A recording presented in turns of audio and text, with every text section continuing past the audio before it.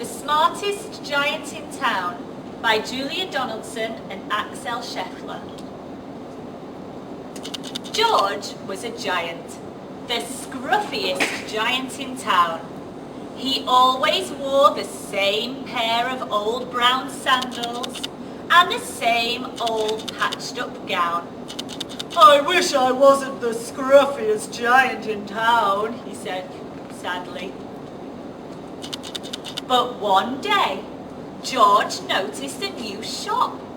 It was full of smart clothes. So he bought a smart shirt, a smart pair of trousers, a smart belt, a smart stripy tie, some smart socks with diamonds up the sides, and a pair of smart shiny shoes. "Now I'm the smartest giant in town," he said proudly. George left his old clothes behind the shop. He was about to go home when he heard a sound. On the pavement stood a giraffe who was sniffing sadly. "What's the matter?" asked George. "It's my neck," said the giraffe. "It's so very long and so very cold. I wish I had a long, warm scarf." "Cheer up," said George, and he took off his stripy tie.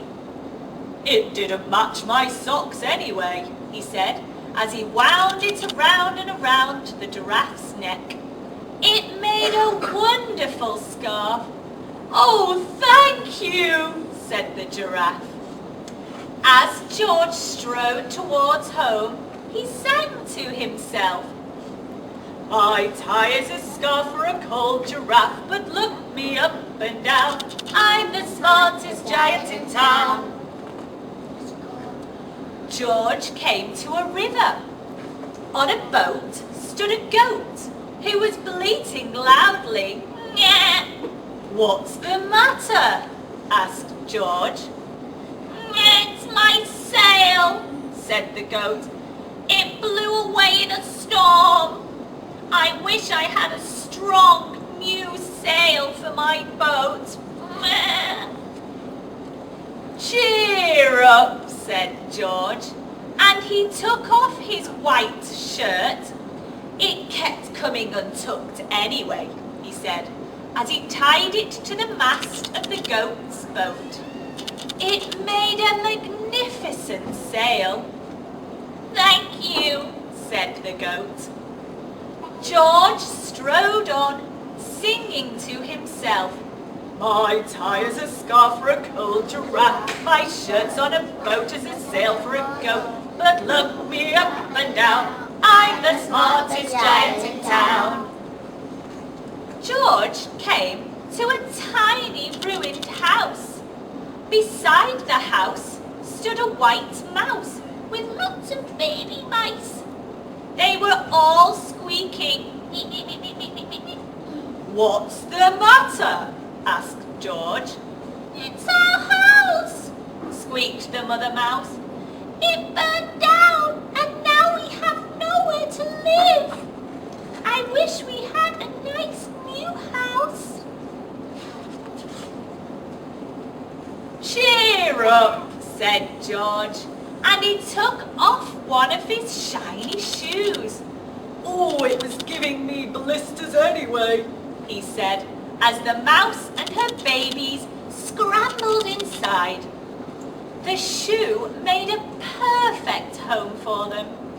"Thank you," they squeaked.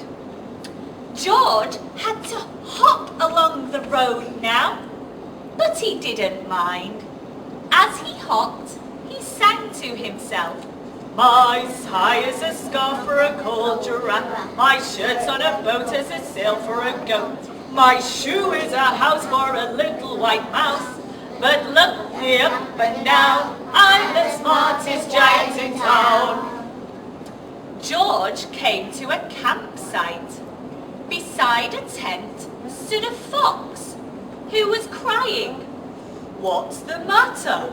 Asked George. Oh, it's my sleeping bag, said the fox.